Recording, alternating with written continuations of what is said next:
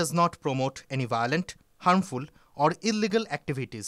All content provided by this channel is meant for an educational purpose only. Brought to you by V-Guard, co-powered by Sensodyne O Bhimal, বলো কথা Keshari. Associate sponsor Ultratech Cement। আর অবশ্যই এই heavyweight মনোনয়নের ছবির পাশাপাশি আমাদের নজর বারবার এই ভোটবঙ্গে যেই জায়গা কেড়েছে তা হলো সন্দেশখালী। সেই সন্দেশখালী যেন গতকাল রাতেই বলছিল জাগতে রহো, রাত পাহারা চলছিল সন্দেশখালীতে। সন্দেশখালীর আন্দোলনে নতুন মাত্রা যোগ করলো গতকালের রাত। আর এই রাতেই পুলিশি অভিযান ঠেকাতে বিজেপির রাত্রি জাগো কর্মসূচি। রাত জেগে গ্রাম পাহারায় সন্দেশখালীর মহিলারা। পুলিশি ধরপাকড়ের প্রতিবাদে গতকাল কাঠপোল বাজারে অবরোধ, আর তারপর দফায় দফায় দফায় দফায় যে আন্দোলন এগিয়েছে, যতটা জোরালো হয়েছে সেই ছবি আপনাদের সামনে আমরা তুলে ধরেছি। গতকাল রাত থেকে বিজেপির কর্মসূচি। সন্দেশখালী আন্দোলনকে কিছুটাই স্তীমিত হতে দিতে চাইছে না বিজেপি, বোধহয় এমনটাই তাদের আন্দোলনের ইঙ্গিত। আরও বিস্তারিত জানবো সহকর্মী সৌরভের কাছ থেকে। সৌরভ, সন্দেশখালীর এই আন্দোলন কখনো স্তীমিত হয়ে যাচ্ছিল, মনে হচ্ছিল বিজেপি বোধহয় একটু ব্যাকফুটে আছে। আবার নতুন করে গতকালের এই নয়া কর্মসূচি, রাত জাগা কর্মসূচির পর থেকে বিজেপি কি আবার এই আন্দোলনের পুরোধার দায়িত্ব নিয়ে নিল? দীপ, রুমেলা, দেখো, 1 জুন সন্দেশখালীর ভোট, অর্থাৎ বসিরহাট লোকসভা কেন্দ্রের ভোট 7ম দফায় 1 জুন। তার আগে পর্যন্ত সন্দেশখালীর ছবিটা কী ছিল? সন্দেশখালীর ছবিটা ছিল যে মার্চ এবং এপ্রিলের যে আন্দোলনের তীব্রতা ছিল, সেখান থেকে শেখ শাহজাহানের গ্রেফতারি এবং শেখ শাহজাহানের গ্রেফতারির পর সন্দেশখালীর মাটিতে জুড়ে আন্দোলন যেটা দেখা যেত, যে প্রতিদিনই বিক্ষোভ, লাঠিঝাঁটা হাতে মহিলারা বেরিয়ে আসছেন রাস্তায়, সেই ছবিটা কিন্তু আর ধরা পড়ছিল না।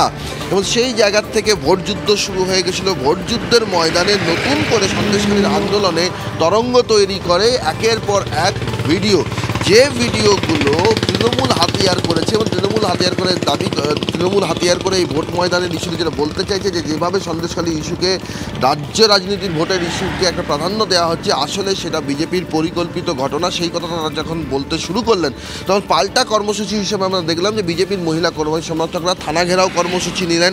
সেখান থেকে তৃণমূল বিধায়ককে হেনস্থা করা হলো, তৃণমূল নেতাদেরকে মারধর করা হলো, একটা আক্রমণাত্মক অবস্থান নিলেন বিজেপি কর্মী সমর্থকেরা। এবং তাদের বক্তব্য ছিল যে আন্দোলনকে কালিমালিপ্ত করা হচ্ছে, তাই মহিলারা পথে নেমেছেন। এই যে ঘটনাক্রম চলছিল, সেখানে যেই মুহূর্তে পুলিশি ধরপাকড় শুরু হলো, আমরা দেখলাম যে আন্দোলনের সময় যে ধরপাকড় যখন অভিযান চলছিল, যেভাবে মহিলারা আক্রমণাত্মক অবস্থান নিয়েছিলেন, ঠিক সেইভাবেই সন্দেশখালী থেকে ঝুপখালী হয়ে গেল এপি সেন্টার। এবং কালকে ঝুপখালীতেই কিন্তু রাস্তা অবরোধ দেওয়া হয়। সৌরভ, তুমি পরিস্থিতির উপর নজর রাখো। এই মুহূর্তে বিজেপি সাংসদ শ্রমিক ভট্টাচার্য এবং বিজেপির রাজ্য সভাপতি সুকান্ত মজুমদার, তারা সন্দেশখালীর এই নয়া আন্দোলন নিয়ে কি বলছেন শোনাবো।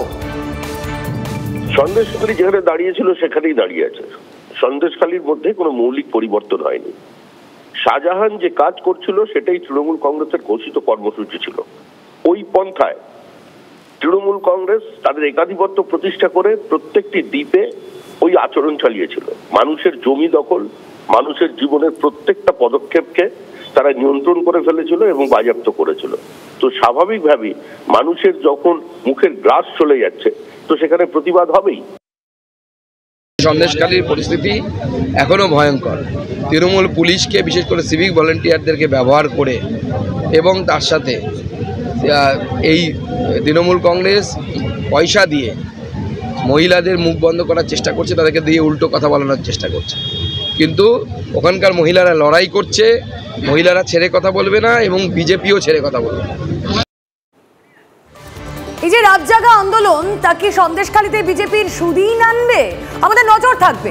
কিন্তু এই সন্দেশখালী যখন শিরোনামে উঠে আসে, তখন প্যারালালি যার নামটা বারবার শিরোনাম আঁকড়ে রেখেছে তা হলো শাহজাহান। আর এবার ইন্টারেস্টিং একটা তথ্য আমরা পাচ্ছি, শাহজাহানের দখল সম্পত্তির অঙ্ক এবার ট্রিপল সেঞ্চুরি হওয়ার পথে। হ্যাঁ, ঠিকই শুনছেন, দখল হওয়া সম্পত্তির টাকার হিসেব প্রায় 207 কোটি। ইডি আদালতে শাহজাহানের সম্পত্তির হিসেব পেশ করেছে আধিকারিকরা। টাকা কোথায় সরানো হয়েছে তার খোঁজা চলছে। লেটেস্ট কি আপডেট রয়েছে সুজয় পাল জানাবেন। সুজয়, একেবারে দেখো, শাহজাহান শেখকে ইডি যে মামলায় গ্রেফতার করেছিল সেটি হলো জমি দখল এবং সেই জমি দখল করে ভেড়ির ব্যবসা চালানোর অভিযোগ। সেই মামলাতেই ইডির যে নতুন রিপোর্ট, যেটা গতকাল আদালতে ইডির আইনজীবী পেশ করেছেন অরিজিৎ চক্রবর্তী, তিনি বলেছেন যে এখনও পর্যন্ত তাদের কাছে যে তথ্য প্রমাণ এসে পৌঁছেছে তাতে শাহজাহান শেখ 260 কোটি টাকার জমি লুট করেছে। 260 কোটি টাকার মার্কেট ভ্যালু বা বর্তমান বাজার দর 260 কোটি টাকা, অর্থাৎ বুঝতে পারছো যে কার্যত গোটা সন্দেশখালী এবং তার আশেপাশের সমস্ত ভেড়ি, সমস্ত জমি শাহজাহান বা তার অনুগামীদের দখলে চলে গিয়েছিল। ফলে এই 260 কোটি টাকা, 260 কোটি ভ্যালুর যে সম্পত্তি বা জমি, সেই জমিগুলি তদন্তকারীরা জানছেন যে শাহজাহান তার অনুগামীদের মাধ্যমে নামে বেনামে সেই সম্পত্তি করেছে। সেইখানে প্রত্যেকটি জায়গাতেই তারা দখল করে ভেড়ি করেছে এবং ভেড়ি দখল করে চিংড়ি মাছের চাষ করে সেটা বিদেশে রপ্তানি করেছে। ফলে এই বিপুল টাকা কোথায় গেল? এবং শুধু এখানেই শেষ নয়, তদন্তকারীরা বলছেন যে টিপ অফ দ্য আইসবার্গ, অর্থাৎ আরও সম্পত্তি পাওয়া যাবে, আরও। আমাদের নজর থাক সুজয়, আপাতত ধন্যবাদ।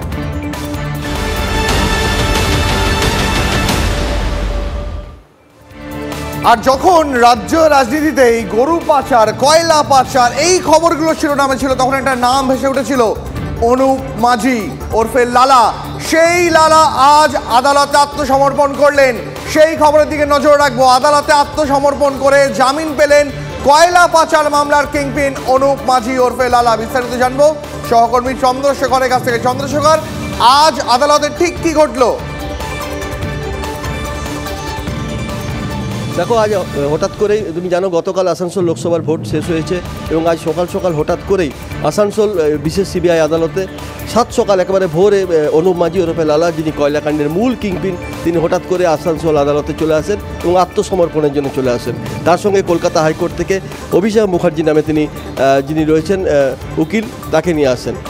এরপর যেটা হয় সেটা হচ্ছে তিনি জামিনের আবেদন করেন, কারণ গত 3 বছর ধরে কয়লাকাণ্ডে সুপ্রিম কোর্টের যে বিশেষ রক্ষা কবচ, সেই রক্ষা কবচে তিনি রয়েছেন।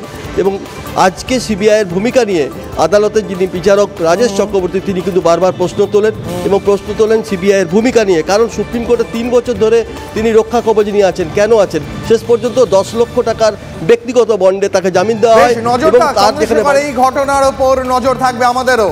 কিন্তু এই অনুপ মাঝি ওরফে লালার আত্মসমর্পণ সময়টা খুব ইন্টারেস্টিং। কেন এই সময় হঠাৎ আত্মসমর্পণ, নেপথ্যে কি জানবো। সিজার মন্ডল রয়েছেন সঙ্গে। সিজার,